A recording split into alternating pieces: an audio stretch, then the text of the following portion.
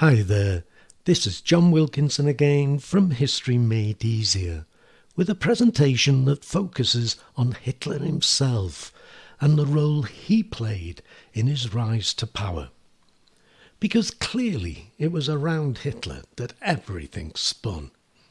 He was the focal point of the Nazi movement, its voice, its driving force, its decision maker.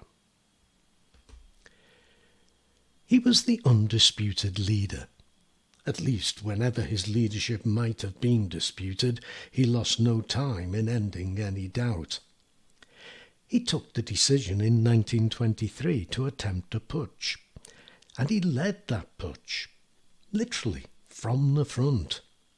Having failed, he turned what was really a humiliating defeat into a triumph at his trial. He then took the decision to take the electoral route, and he oversaw the reorganisation of the party, turning it into a vote-winning machine, well able to maximise the opportunity presented it by the Great Depression. He put Goebbels in charge of propaganda, and do not underestimate the role Goebbels played in the Nazis' rise to power. He made the key policy decisions, emphasising nationalism and minimising the party's commitment to any socialist principles. Unless, of course, it was expedient to appear to still uphold them. And it was Hitler, again leading from the front, who contested the 1932 presidential election, pushing Hindenburg, the legendary war hero, very close. And it was Hitler who held firm, refusing to compromise with Hindenburg, von Papen and Schleicher on the chancellorship, when pressure was put on him to do so. In winning votes, much as the Nazi Party's organisation was also a key factor, and much as Goebbels' propaganda took electioneering to another level, Hitler was still the Nazis' trump card, the strong leader that Germany needed. He was seen as a man devoted to Germany.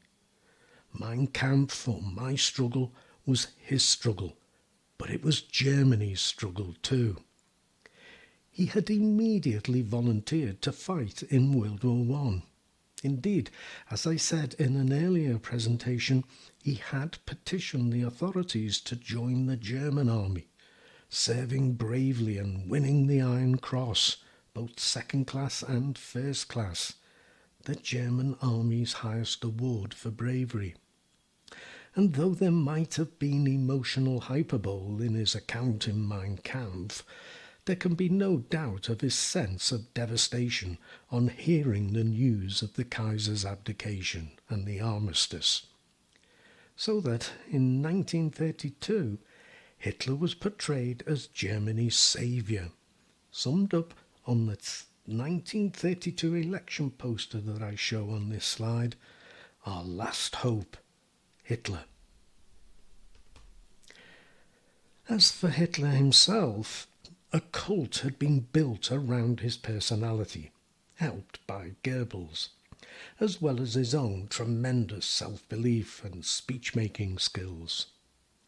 There are countless numbers of witnesses to Hitler as a speaker that say he was simply spellbinding. We might look at pictures of him today and think that he looks a strange character, a figure of fun, but the reality was very different. He was a charismatic speaker and learned how to manipulate the mood of an audience. People talked of being trapped by the gaze of his fierce blue eyes, by his passion and ferocity. He was also both an astute and a brave politician, prepared to take risks. As I've said, his greatest political failure, the Munich beer hall putsch, was turned into a triumph, and in 1932 could now be used to his advantage. Yes, he was helped by those on the right who underestimated him. But Hitler never underestimated himself. Now, in 1932, he could portray himself as the man of the people. Mein Kampf, my struggle, could now be seen as Germany's struggle too. Here was the man of destiny, the saviour of Germany, and he kept pushing the two things most Germans wanted to hear: an end to unemployment and the restoration of Germany to the status of a great nation by overthrowing the hated Treaty of Versailles. And look at how the Nazi Party portrayed him. Mein Führer, ein Volk, ein Reich, ein Führer. The Nazi greeting, Heil Hitler, accompanied by the Nazi salute with an arm outstretched, actually borrowed from Imperial Rome. It became the recognised way of greeting a party comrade, and was made compulsory for party members in 1926. By then, it was also becoming the normal way by which correspondence by party members signed off. And by the 1930s, the annual party rallies held in Nuremberg were attended by tens of thousands of people united in their adulation of Hitler.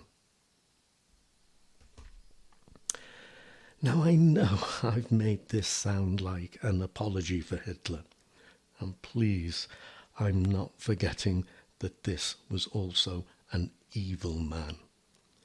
But Hitler was the linchpin of the Nazi Party, the man more German people identified with than any other.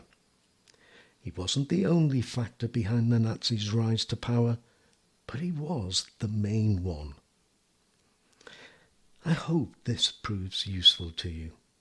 Now, if you feel I can help you with tutorials, and they would, of course, be directed to your needs, do get your parents to get in touch with me at historymadeeasier@gmail.com, and hopefully we'll be able to sort something out. But for now, let me thank you for listening and wish you the very best of luck with your studies. Cheers.